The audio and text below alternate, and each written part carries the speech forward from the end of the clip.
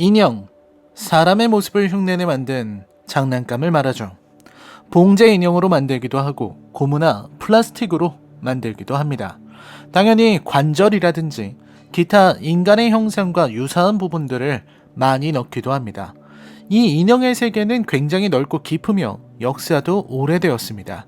당장 어렸을 때 좋아했던 인형들, 여자애들이 환장했던 미미 등의 바비 인형들, 어른들도 좋아하는 피규어들, 이런 것들이 전부 인형의 범주에 들어갑니다.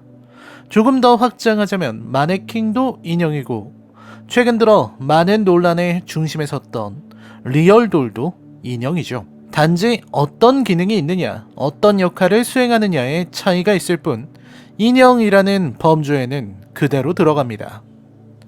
그리고 인형이 등장하는 공포 영화나 괴담도 당연하게도 등장했습니다. 인형은 가만히 보고 있자면 무서움을 느끼게 하는 경향이 있죠. 인간을 닮았다는 데에서, 그것도 미묘하게 닮았다는 데에서 나오는 불쾌한 골짜기 효과가 생기기 때문입니다. 인간이랑 유사하지만 인간이 아닌 것, 그런 것을 밤에 보게 되면 어쩌면 저게 날 속이고 나를 보고 있었던 게 아닐까 하는 의심을 품게 만듭니다. 또 인형이 인간의 친구라는 점에서, 그리고 외로운 사람들이 인형에 애착을 품는다는 점에서 인형은 더욱 독보적인 지위를 지니게 됩니다. 애착을 가지고 있는 인형이 움직이면 얼마나 좋을까? 이야기를 나눠주면 얼마나 좋을까? 어린아이의 경우에는 내가 좋아하는 저 애착 인형이 나를 지켜주면 얼마나 좋을까 하는 희망을 투영하게 됩니다. 투영이라기보다는 쏟는다는 말이 나을 겁니다. 그리고 어느 순간 그렇게 인형과 대화를 하는 사람이 생기게 됩니다. 지독한 외로움, 스트레스, 두려움이 인형에게 반영된 결과인 거죠. 참으로 무서운 일입니다. 서브컬처, 오컬트에서는 인형을 일종의 그릇으로 여기는 것이 일반적입니다. 이는 사실 서브컬처나 오컬트뿐 아니라 전통적으로, 신화적으로 그랬습니다. 사람의 형상을 본딴 장식물을 만들고 그걸 경배하는 일이 전 세계적으로 드러나는 것도 같은 이유입니다. 사람의 형상을 흉내냈다는 것만으로도 어떤 위계가 생겨나는 것이죠. 그리고 또한 인형에 인간이 주술을 건다는 식의 주술적인 행위도 동서고금을 막론하고 드러납니다. 인형을 들고 주술을 거는 부두교의 의식이나 우리나라에서도 인형에 사람의 머리카락 등을 넣고 칼로 찌르거나 불태우는 식으로 저주를 걸기도 했죠. 이처럼 인형은 인간을 흉내낸 그릇이며 주술의 대상이며 두려움의 대상이기도 합니다. 이런 인간을 닮은 인형이 걷고 움직이며 인간을 죽인다는 내용을 담은 것이 바로 안드로이드에 대한 공포로 이어집니다. 이건 인간을 흉내낸 인형이 인간 이상의 지력과 무력을 갖췄다는 데에서 오는 원초적인 공포입니다. 나를 닮은 것이 나를 밀어낸다는 공포. 인간의 기저에 깔려있는 공포죠. 하지만 오늘의 이야기는 조금 더 근본적인 공포 영화에 주목해 보려고 합니다. 즉, 인형이라는 소재가 그릇으로 사용된 사례를 영화로 알아보자는 겁니다. 첫 번째로 살펴볼 영화는 바로 이겁니다. 사탄의 인형. 너무 유명해서 이제는 하나의 상징이 되어버렸죠. 척키라는 이름을 들어보지 못한 사람이 없을 정도로 사탄의 인형의 인지도는 대단합니다. 척키를 흉내내는 코미디언이나 척키를 패러디한 작품이 무수히 쏟아질 정도였습니다. 하지만 너무 오래돼서인지 사람들이 잊고 있는 것이 있습니다. 바로 척키가 어떻게 탄생했는가 하는 부분입니다. 우리는 척키라는 이름을 지닌 이 인형이 인형의 모습을 하고 사람들을 죽이려고 한다는 사실만 기억할 뿐 척키가 왜 탄생했는지에 대한 진지한 고찰은 잊어버렸습니다. 그도 그럴 것이 이 영화가 등장하고 나서 시간이 너무 많이 지났기 때문이겠죠. 다시 한번 과거로 돌아가 보죠. 1988년 사탄의 인형, 아니 악마의 유희 때로 말입니다. 우리나라에 처음 들어올 때는 악마의 유희로 소개되었죠.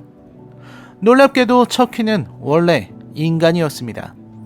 인간 중에서도 사이코패스 연쇄살인마인 찰스 리 레이가 그 주인공입니다. 찰스라는 이름만 들어도 찰스 맨슨이라는 인물이 떠오르죠. 찰스 맨슨의 이 놀라운 이야기는 글쎄요, 영화계와 관련한 일이니 제가 다뤄도 괜찮겠군요.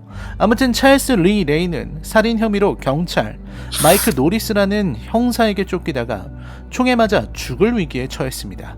이에 찰스는 마지막 방법으로 부두교의 주술을 이용해 자신의 영혼을 굿가이라는 인형에 옮기는 의식을 시도했던 거죠. 그렇습니다. 척키의 정체는 찰스 리 레이, 쾌락으로 사람을 죽이는 연쇄살인마입니다. 이 대목이 바로 사탄의 인형을 무서운 영화로 만든 가장 중요한 대목이라고 저는 믿습니다. 왜냐면 인간이 품는 본능적인 공포를 다양하게 압축한 존재가 바로 척키이기 때문입니다. 일단 사이코패스에 대해서 생각해 봅시다. 사이코패스는 무서운 존재입니다. 어쩌면 사이코패스야말로 악일지도 모릅니다. 주저함이 없고 공감 능력이 없고 극도로 이기적이면서 쾌락을 위해 살인을 하고 사랑이나 정을 모르는 존재죠. 그렇기에 사이코패스 살인마들의 행위와 말은 우리에게 충격을 줍니다. 그런데 그 사이코패스가 인형이라는 자신의 존재를 숨기기에 더할 나위 없이 좋은 육체를 얻었습니다. 그렇다면 이 인형은 무슨 일을 저지를까요? 6살 앤디를 핍박하고 그 어린이의 앞에서 사람을 죽이고 웃음을 터뜨리는 끔찍한 일을 저지르게 되는 것이죠. 거기에 인형이 지닌 섬뜩함이 포함됩니다. 표정도 없고 정체도 알 수 없는 인형, 그러면서도 우리의 경계심을 대폭 낮추는 친근한 외모로 아이들의 친구 역할을 수행하는 존재. 그렇기에 더욱 기괴하게 느껴질 수 있는 겁니다. 즉 척키가 지닌 근원적인 공포란 사이코패스 살인마가 주는 불가해한 행동 원리에 대한 우리의 본능적인 공포에다가 인간을 닮은 인형이 주는 불쾌감이 더해진 기묘한 공포라는 겁니다.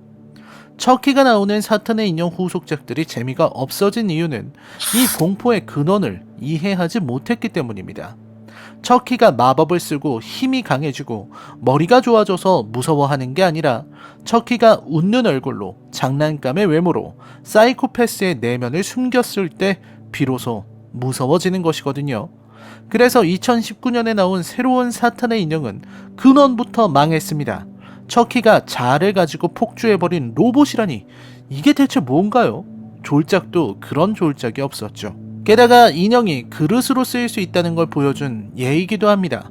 푸드슬의 수법을 이용해 자신의 영혼을 인형으로 옮길 수 있게 된 찰스는 이미 인간을 벗어난 영에 가까울 겁니다. 이 부분에 대해서는 아마 SMR에서 전문가를 모시고 이야기를 나누지 않을까 하는 생각이 드네요. 인간을 닮은 인형과 술래잡기를 하는데 진짜 인형이 움직였다는 이야기나 인형을 놓고 귀신을 부르는 의식을 치렀더니 인형이 스스로 찢어지더라는 식의 괴담 혹은 경험담이 나오는 것도 같은 이유일 겁니다. 우리는 인형을 무서워합니다. 그리고 인형에는 많은 것들이 들어갈 수 있습니다. 인형의 내부, 특히 봉제 인형의 내부는 푹신한 것이 들어있는데 그건 마치 내장을 연상시키지만 배를 갈라보면 아무것도 없죠. 바로 그 비었다라는 인식이 공포영화의 상상력을 가능하게 만드는 것입니다. 그래서 얼마 전 SMR 채널에서 나온 애니메이션 삐에로 인형의 이야기가 그렇게 유명했던 것이죠. 그리고 우리는 하나의 영화를 더 이야기해야 합니다. 또 하나의 귀신 들린 인형, 이 친구를 빼놓을 수 없죠. 바로 애나벨입니다. 애나벨, 영화 컨저링 시리즈의 간판 인형, 간판 귀신이라 할 수 있는 이 친구는 영화 내내 존재감을 드러내며 사람들을 무섭게 만들었습니다. 급기야 단독 시리즈가 트릴로지로 나왔죠. 영화 애나벨, 애나벨 인형의 주인, 애나벨 집으로가 그것입니다. 이 인형은 고풍스러운 분위기를 물씬 내면서 관객들에게 어필했습니다. 여자아이들이 좋아할 것 같은 외형을 갖추고 있으면서도 섬뜩하게 웃고 있는 듯한 얼굴, 그리고 신비한 분위기로 관객을 압도했습니다. 저런 표정으로 다소곳이 앉아있는 인형이 조금이라도 움직인다면 그 공포는 상상을 초월하게 될 겁니다. 제임스 완 사단이 만들어낸 이 애나벨이라는 녀석은 척키와는 전혀 다른 면모를 보입니다. 선배인 척키의 약점을 전부 없애버린 진화판이라는 인상을 주고 있는데 애나벨이 척키와 다른 점은 셋으로 압축할 수 있습니다. 실화 바탕, 인격 배제, 움직이지 않는다. 세 가지 포인트죠. 일단 애나벨은 실화를 바탕으로 하고 있습니다. 컨저링 시리즈의 주인공이자 많은 악령을 퇴치하고 악령에 물든 물건들을 모으기도 했던 신비학 연구가 워런 부부의 오컬트 박물관에 있던 인형이 바로 그것입니다. 워런 부부는 이 애나벨 인형이야말로 가장 위험하다고 말하기도 했었죠.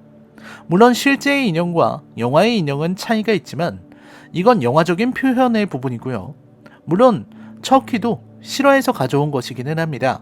바로 로버트 인형의 이야기인데요. 이 실화는 아마 SMR의 다른 코너에서 다룰 것이라 기대합니다.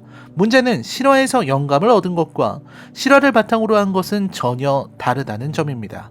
애나벨은 실제로 있어요. 그게 더 큰 공포를 주는 거거든요. 다른 하나는 인격을 배제한 것입니다. 척키는 사람처럼 움직이고 사람처럼 말합니다. 바로 이 인격이 공포를 떨어뜨리는 요소가 됩니다. 찰스라는 사이코패스의 인격이 공포스러운 이유는 그의 행동과 사고방식을 이해할 수 없기 때문이기는 한데 아무래도 인격이라는 건 제 아무리 사이코패스라도 좀 떨어지는 공포입니다. 무슨 소리냐고요? 아무리 사이코패스 살인마가 무서워도 그는 인간이죠. 악마 대공과 같은 존재와 비할 수 있겠습니까? 애나벨 인형의 주인에서 애나벨 인형을 만드는 사무엘 멀린스는 딸 B, 그러니까 애나벨 멀린스가 사망하고 시리에 빠졌습니다. 그리고 늘 딸이 돌아오기만을 바랐죠. 그런 그들에게 딸의 영혼이 나타납니다. 그리고 그 영혼은 다시 돌아올 테니 인형에 들어가게 해달라고 말하죠. 뒤늦게 사무엘 부부는 그 존재가 딸이 아니라 악마라는 걸 알아채고 교회에 의뢰해 악마를 봉인합니다. 그게 풀려나고 다른 여자의 몸에 빙의되었다가 다시 애나벨 인형으로 들어온 것이 컨저링의 애나벨입니다. 그러니까 애나벨의 정체는 악마입니다. 인형이라는 그릇에 악마가 들어가 있는 거죠. 마지막으로 움직임입니다. 영화적으로 봤을 때 인형의 움직임은 훨씬 많은 액션을 주게 만들지만 서스펜스의 본질에 역동적인 움직임은 무관합니다. 오히려 짧은 팔과 다리로 아둥바둥 움직이는 척키의 모습을 보다 보면 공포심이 줄어들게 됩니다. 그래서 컨저링 세계관에서는 애나벨을 이동은 시키되 움직임은 주지 않습니다. 즉 인형이 순간이동해서 어딘가에 앉아있는 모습은 보여주더라도 직접 걸어가는 장면은 최대한 안 보여주는 것이죠. 관객들에게는 차라리 보여주지 않고 인형이 이동했다는 사실만을 인지시켜서 그 과정을 상상하게 만드는 것이 훨씬 더 끔찍한 공포를 주기 때문입니다. 이처럼 애나벨은 척키의 실수로부터 많은 것을 배웠습니다. 인형의 공포는 무서운 것입니다. 인형은 그 자체로도 무섭죠. 하지만 애나벨과 척키가 주는 교훈도 있습니다. 바로 인형이 지닌 한계, 자유롭지 못하다는 한계가 주는 안전함입니다. 애나벨이 3편으로 가서 완벽하게 몰락한 건 애나벨이라는 존재가 결국 인형에 불과하다는 걸 우리가 알았기 때문이고 애나벨이라는 인형이 뭘 할 수 있을지 이미 다 학습했기 때문입니다. 공포란 미지의 영역에서만 존재하는 것. 미지라는 안개를 거두고 진실을 보면 공포는 사라집니다. 그게 바로 공포영화의 법칙이죠. 공포영화에 미친 남자 라이너의 공포영화 연구실은 다음 편에도 계속됩니다. 분석할 공포영화는 많습니다. 언제나 여러분께 좋은 컨텐츠를 들고 찾아오겠습니다. 감사합니다.